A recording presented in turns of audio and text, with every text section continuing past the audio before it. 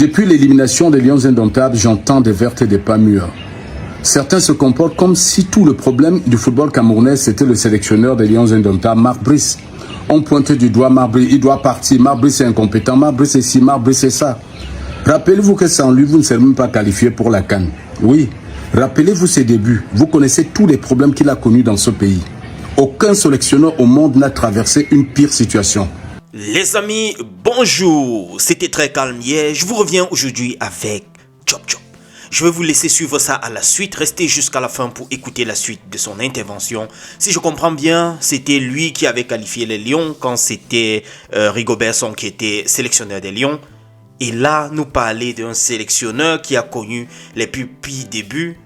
Que dire du président de l'Africa Foot qui lui-même a vu le feu depuis qu'il est arrivé. Bref, j'aimerais bien savoir ce que vous pensez. Je veux d'abord vous laisser suivre ça. Mais avant, on nous fait quand même savoir sur la page de Franck Ndifo que André Onana serait prêt, n'est-ce pas, à sauver Marc Brice. N'est-ce pas que le portier des Lions est très actif depuis l'élimination des Lions indomptables pour essayer de faire ce que Marc Brice ne soit pas donc renvoyé. Ça, c'est ce que nous apprend Franck Ndifo, citant ainsi la radio RSI.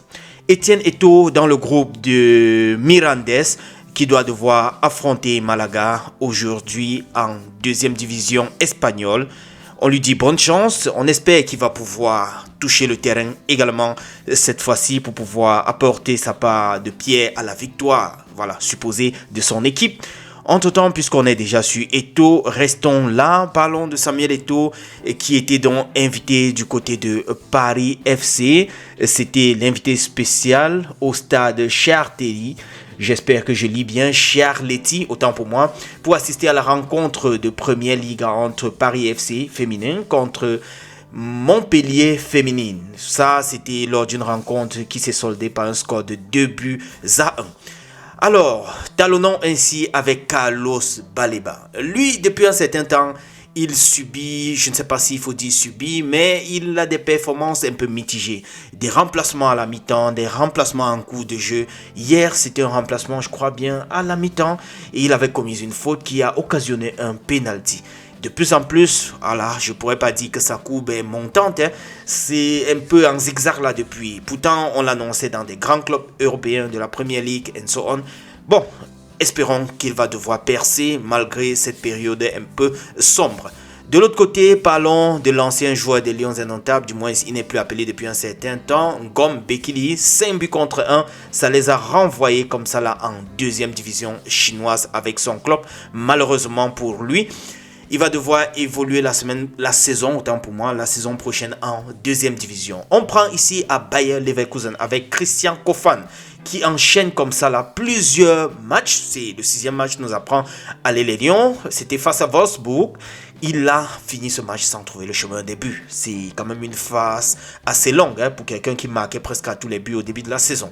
Ici, c'est Franz Ambouanguissa qui est de son côté en train de nous présenter comme ça son trophée de joueur du mois d'octobre. Voilà, il a fait une très belle saison lui également. De l'autre côté, à Moscou, en Russie, nous avons ici Christopher Wu qui a été magistral. Il a fait un très très bon match avec son équipe Sparta. Ils ont donc gagné 1-0. Lui, il avait aussi un moment sombre. Il était toujours un peu de temps en temps au banc de touche. Mais là, il recommence encore à trouver ses marques, je dirais comme ça. C'était un début peut-être difficile. On lui souhaite bonne chance dans tous les cas. Toko Njoya, elle également a ouvert son compteur du côté du Real Madrid. C'était hier samedi lors de leur victoire face à Villarreal. C'est en deuxième division espagnole. De l'autre côté, en Série A, c'est notre Naomi Eto'o, notre compatriote, qui également va affronter aujourd'hui ce dimanche. Ce sera à 15h30 l'AC Milan en 6e journée de leur championnat.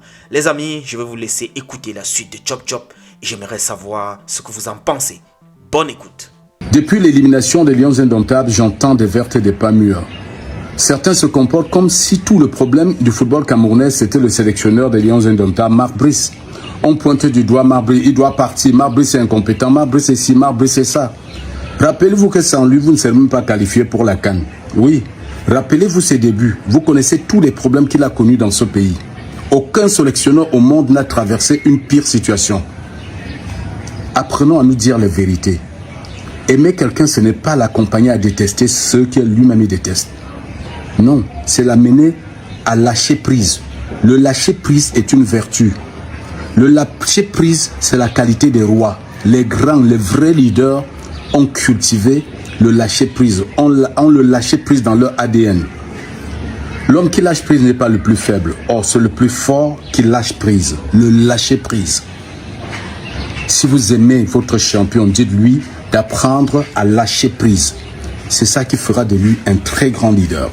Et non le contraire. Et non le contraire. C'est pas Marc Brice qui a éliminé les autres sélections du Cameroun de toutes les grandes compétitions, les A'. C'est pas Marc Brice qui était sélectionneur.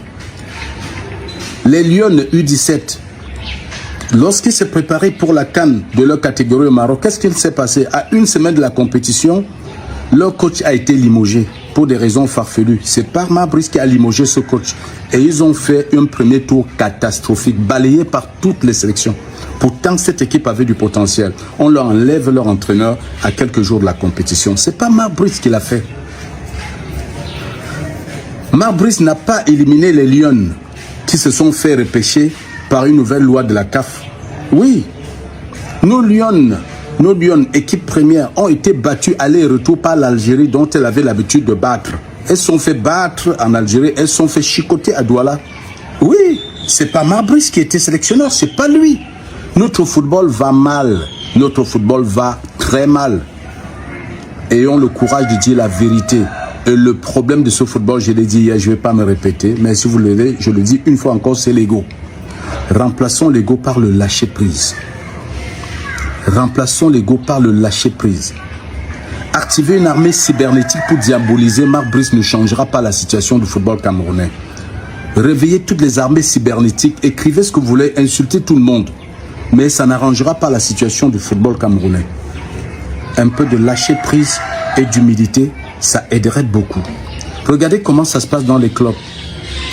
Les leaders savent se mettre devant le miroir en cas de catastrophe et assumer la responsabilité. Un leader, c'est ça. Il se met devant le miroir quand ça ne va pas. Il assume la responsabilité. Le leader ne se met pas à la fenêtre pour pointer du doigt ceux qui ont causé la chute. Non. Le leader assume la responsabilité. Se mettre à la fenêtre, vous voyez, c'est lui, c'est à cause de lui. Ça, c'est un comportement enfantin. Un leader se met devant le miroir en cas de défaite et assume la responsabilité. Et en cas de victoire, le leader se met au balcon pour pointer du doigt dans la cour tous ceux qui ont contribué à cette victoire. C'est ça. Pourquoi chez nous, nous aimons nous comporter comme si on avait les yeux bandés? Regardez dans les clubs de foot. En cas de défaite, l'entraîneur à la zone de presse assume la responsabilité, il n'accuse pas ses joueurs. Même si un joueur qui a marqué contre son camp, l'entraîneur ne pointe pas du doigt. Il assume.